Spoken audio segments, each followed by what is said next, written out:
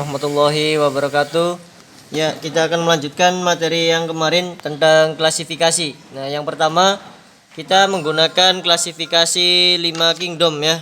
5 kingdom itu ada kingdom Monera, kingdom Protista, kingdom Plantae, kingdom Animalia, dan kingdom Fungi. Ya, kita yang pertama adalah kita akan menjelaskan kingdom Monera ya. Untuk mempersingkat waktu, mari kita mulai saja. Apa itu kingdom Monera? Nah, kingdom Monera adalah termasuk ke dalam kingdom bakteri atau kerajaan bakteri. Terdiri dari bakteri dan alga biru atau Cyanophyta ya. Alga biru itu adalah Cyanophyta. Bakteri ini termasuk ke dalam kingdom atau kerajaan karena memiliki uniseluler ya, memiliki satu sel.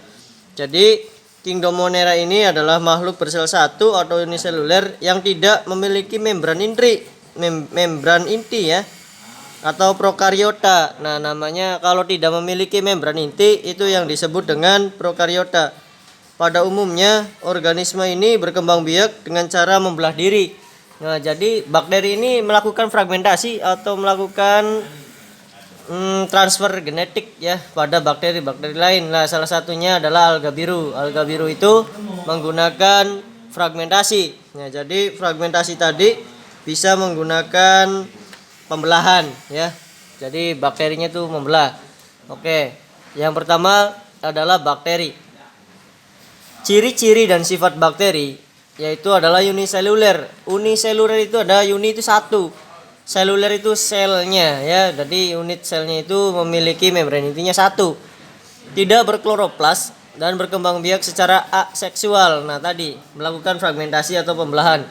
Kemudian kosmopolit ya. Bentuk bakteri itu kokus. Nah, kokus itu seperti lonjong ya, ini seperti ini nih. Nih, kokus itu seperti ini. Papa gambarkan. Nah, ini bentuknya kokus seperti ini. Kemudian basil. Basil ini seperti ini. Basil, kemudian spiral. Spiral itu spiral ya bentuknya ya. Spiral, kadang-kadang seperti itu bentuknya. Nah, seperti itu. Jadi bakteri itu bentuknya memiliki tiga bentuk, yaitu kokus, basil, dan spiral. Ukuran bakteri itu termasuk makhluk renik ya. Satuan ukurannya itu mikron. Jadi kecil, ukuran bakterinya itu kecil ya. Ukuran bakterinya itu kecil, mikroskopik, jadi tidak bisa dilihat oleh kasat mata. Struktur tubuh bakteri tadi memiliki dinding sel, selaput plasma, dan sitoplasma. Gerak bakteri tadi adalah atrik atau monotrik dan afitrik ya, lopotrik. Nah, seperti itu. Kalau atrik itu adalah seperti ini nih. Misalkan geraknya tadi ini pindah dari satu tempat ke tempat lain dengan menggunakan gerak atrik. Nah, seperti itu geraknya tuh. Geraknya seperti itu ya. Nah, geraknya itu apa ya? Meliuk. Nah, geraknya itu meliuk seperti itu. Nah, makanan bakteri.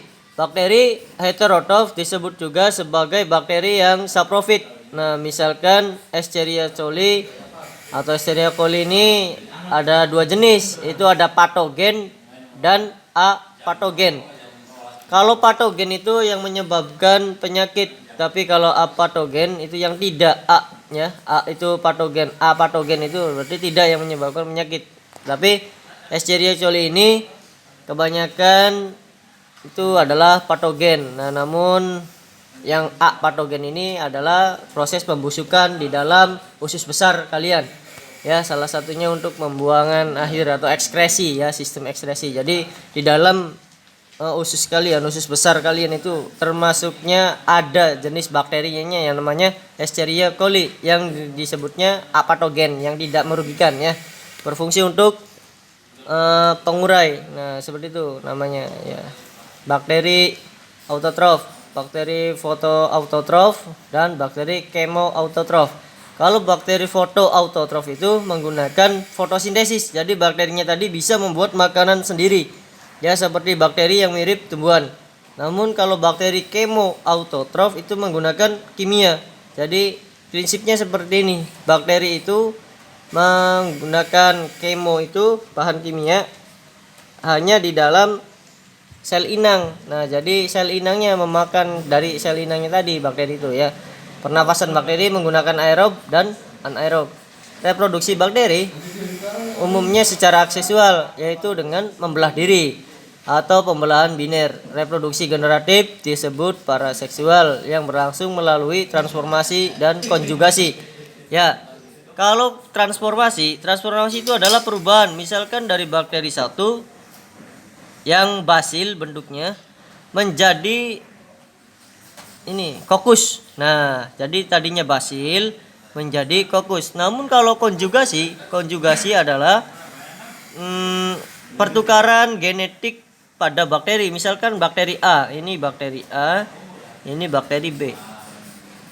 Itu akan membuat suatu jembatan yang disebut dengan konjugasi. Jadi gennya itu pertukaran gen di sini nih, tuh seperti itu. Jadi bakteri tadi membuat jembatan yang dinamakan konjugasi.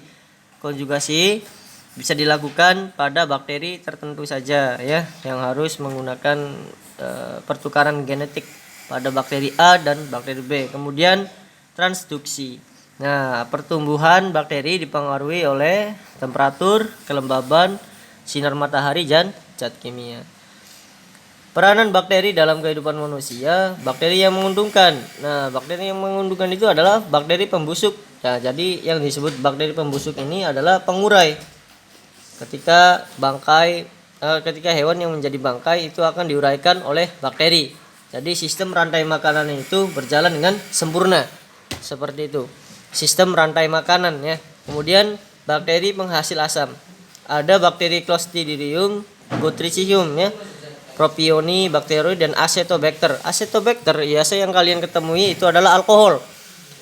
Bakteri penghasil alkohol yaitu acetobacter ya.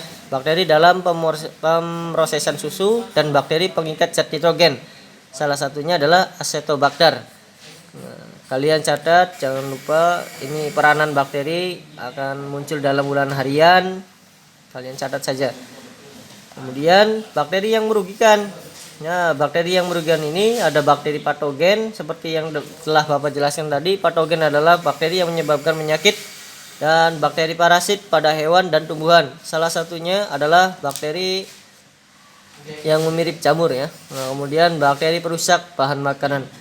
Tindakan preventif terhadap ancaman bakteri adanya pengawetan makanan. Nah, contohnya seperti ini. Ini adalah kokus. Bentuk bakteri kokus, ini bentuk bakteri spiral dan ini adalah basil. Ini bentuk bakteri basil. Jadi kingdom Monera itu khususon untuk bakteri. Nanti kita akan bahas pada kingdom Protista.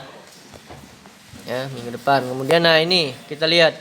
Ini bentuknya adalah kokus. Ini ada berbagai macam struktur tubuh bakteri. Yang pertama adalah nukleoid atau nukleus ya.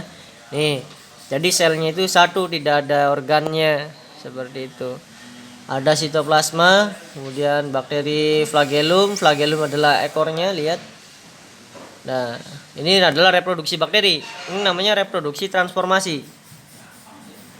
Ya, transformasi.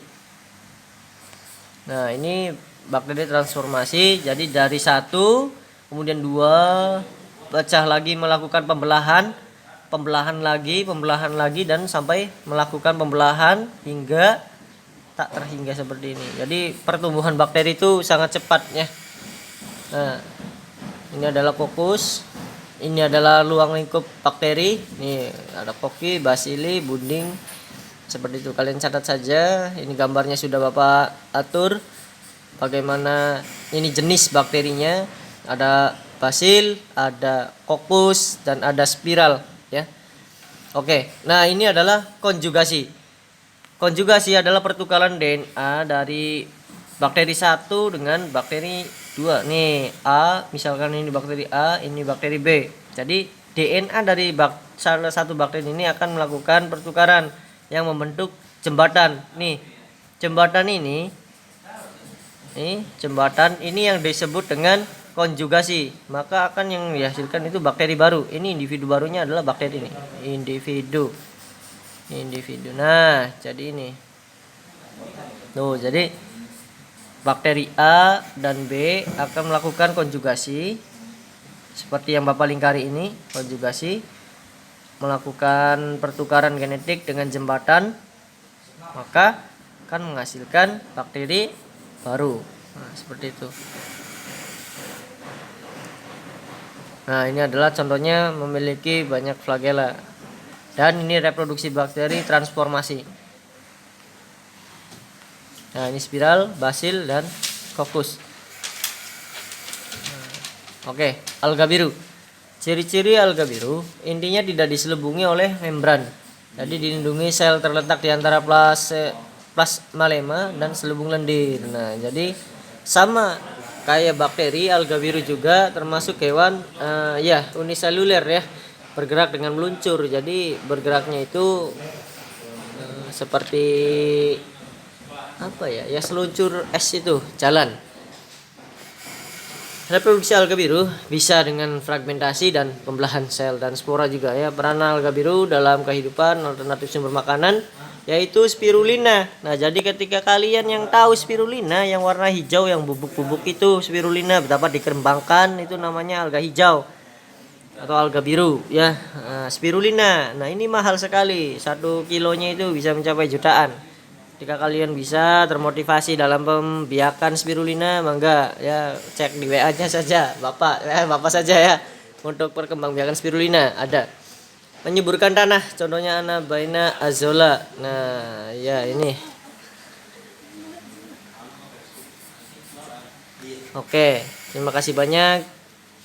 Wabillahi taufiq wal hidayah. Bila maaf ada kesalahan dalam kata-kata dan pengajaran, jangan lupa dicatat dalam buku catatan kalian.